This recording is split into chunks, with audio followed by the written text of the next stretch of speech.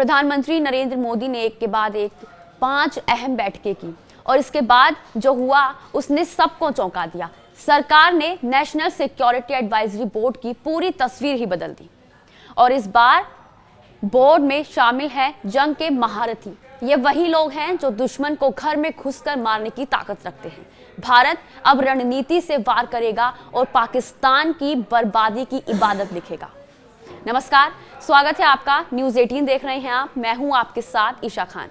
प्रधानमंत्री नरेंद्र मोदी ने बुधवार को ताबड़तोड़ 5 बैठकें की, जिसमें सरकार ने नेशनल सिक्योरिटी एडवाइजरी बोर्ड के मेंबर्स बदल दिए हैं। इसमें अब 7 ऐसे लोगों को शामिल किया गया है जो जंग करने में माहिर हैं, जो अर्जुन की तरह मछली की आंख भेदने में माहिर हैं। इनमें खुफिया ऑफिसर हैं तो आर्मी, नेवी और एयरफोर्स के धुरंधर भी हैं। अब यही लोग पाकिस्तान की बर्बादी की कहानी लिखेंगे। बता दें, नेशनल सिक्योरिटी एडवाइजरी बोर्ड देश की सिक्योरिटी पर सरकार को सलाह देती है, जो ये बताती है कि दुश्मनों का सफाया कैसे किया जाएगा। इसलिए पाकिस्तान में तनाव के बीच इस बदलाव के मायने बेहद खास हैं। अब तक एनसीएबी में ज्यादातर डिप्लोमेट और यूनिवर्सिटी के प्रोफेसर हुआ करते थे, लेकिन अब इसकी कमान खुफिया एजेंसी रो के अफसर आर आलोक जोशी को सौंप दी गई है। इनमें डिप्लोमेट डीबी वेंकटेश वर्मा है, तो एयरफोर्स से एयर मार्शल पंकज मोहन सिन्हा और आर्मी से लेफ्टिनेंट जनरल अजय कुमार सिंह और नेवी के अफसर रहे रियर एडमिरल मोती खन्ना भी शामिल हैं। पहलगाम आतंकी हमले के बाद भारत ने पाकिस्तान के खिलाफ एक और बड़ा कदम उठाया है। 23 मई 2025 तक पाकिस्तान की तमाम एयरलाइंस के लिए अपना एयर स्पेस बंद कर दिया है। पाकिस्तान पहले ही ऐसा भारतीय एयरलाइंस के लिए कर चुका है। भारत का ये कदम पाकिस्तान को आर्थिक रूप से चोट पहुंचाएगा। पाकिस्तान एयरलाइंस को भारत के इस एयर स्पेस से बचने के लिए अब लंबे और घुमावदार रास्तों का इस्तेमाल करना होगा। इससे उड़ानों की दूरी और समय बढ़ेगा। यात्रियों के लिए टिकट के प्राइस भी बढ़ सकते हैं। पाकिस्तान ने भी भारत के लिए अपना एयर स्पेस बंद कर दिया है। भारत का ताज़ा कदम अब प्रतिक्रिया के रूप में देखा जा सकता है। जब दोनों देश एक दूसरे के लिए अपना एयर स्पेस बंद कर देते हैं तो दोनों ही देशों की एयरलाइंस को एक दूसरे के ऊपर से उड़ान भरने की परमिशन नहीं होती है। हालांकि ध्यान रखना बहुत ज़रूरी है कि भारत का एयर स्पेस पाकिस्तान की तुलना में काफ़ी बड़ा है, इसलिए पाकिस्तान की ओर से एयर स्पेस बंद करने का असर भारत पर उतना ज़्यादा नहीं पड़ेगा जितना भारत के कदम का असर पाकिस्तान पर पड़ने वाला है। बता दें, प्रधानमंत्री नरेंद्र मोदी ने बुधवार को सुपर कैबिनेट मीटिंग की, जिसमें केंद्रीय मंत्रिमंडल के कुछ टॉप मंत्री मौजूद रहे। पीएम मोदी ने बुधवार को राजनीतिक मामलों की कैबिनेट समिति की बैठक की अध्यक्षता की। इससे पहले उन्होंने सुरक्षा पर कैबिनेट समिति की बैठक की अध्यक्षता भी की। ये दूसरी बार है जब सुरक्षा पर कैबिनेट कमेटी ने जम्मू कश्मीर में 22 अप्रैल को पहलगाम आतंकी हमले के बाद बैठक की। इस कमेटी में भारत के प्रधानमंत्री, रक्षा मंत्री, गृह मंत्री और वित्त मंत्री के साथ विदेश मंत्री भी शामिल रहे।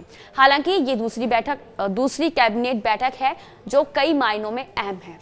सूत्रों के मुताबिक भारत सरकार, पाकिस्तान और आतंकवाद पर एक डोजियर तैयार किया गया है, जिसमें बताया जाएगा कि आतंकवाद को समर्थन करने का पाकिस्तान का कितना लंबा इतिहास रहा है और दुनिया भर में आतंकवादी घटनाओं में पाकिस्तान का हाथ रहा है। वहीं पाकिस्तान के टॉप लीडर्स ने वक्त वक्त पर यह कबूल किया है कि वे भारत में आतंकवादी गतिविधियों को बढ़ावा देते हैं। साथ ही पाकिस्तान की जमीन का इस्तेमाल लॉन्च पैड के तौर पर किया जाता है। पाकिस्तान के रक्षा मंत्री ने हाल ही में माना है कि कई दशकों से पाकिस्तान ने आतंकवाद को समर्थन दिया। इससे पहले भी पाकिस्तान के तत्कालीन पीएम नवाज शरीफ ने माना था कि 26/11 मुंबई हमलों में भी पाकिस्तान का हाथ था। मुशर्रफ ने भी आतंकवादी ट्रेनिंग कैंपों की बात स्वीकार की है। पाकिस्तान में चारों तरफ भय का माहौल है। पाकिस्तान के प्रधानमंत्री, मंत्री, नेता, सेनाध्यक्ष सब तनाव में हैं, क्योंकि उन्हें पता है कि भारत पहलगाम का प्रतिशोध लेकर ही मानेगा। पाकिस्तान पर भारत का प्रहार किसी भी वक्त हो सकता है। हमले के डर से पाकिस्तान के बड़े नेता इस कदर बौखलाए हुए हैं कि भारत को परमाणु हमले की धमकी दे रहे हैं। एक तरफ एटमी हमले की धमकी दी जा रही है तो दूसरी तरफ पाकिस्तान अपने एटमी हथियारों को छिपाने में जुट गया है। पाकिस्तान ऐसा इसलिए कर रहा है क्योंकि उसके एटमी हथियारों पर हमले का खतरा बढ़ गया है। पाकिस्तान के एटमी सेंटर पर इस वक्त हड़कंप मचा हुआ है। फेडरेशन ऑफ अमेरिकन साइंटिस्ट की रिपोर्ट के मुताबिक पाकिस्तान के पास 117 एटम बम है। पाकिस्तान ने इन्हीं एटमी हथियारों और परमाणु केंद्रों पर खतरा मंडरा रहा है। उसको डर है कि भारत उसकी परमाणु हथियारों को टारगेट कर सकता है। दूसरा टीटीपी है। पाकिस्तान के एटम बमों पर टीटीपी की भी नजर है। तहरीक तालिबान पाकिस्तान यानी कि टीटीपी पाकिस्तान में हमले कर रहा है।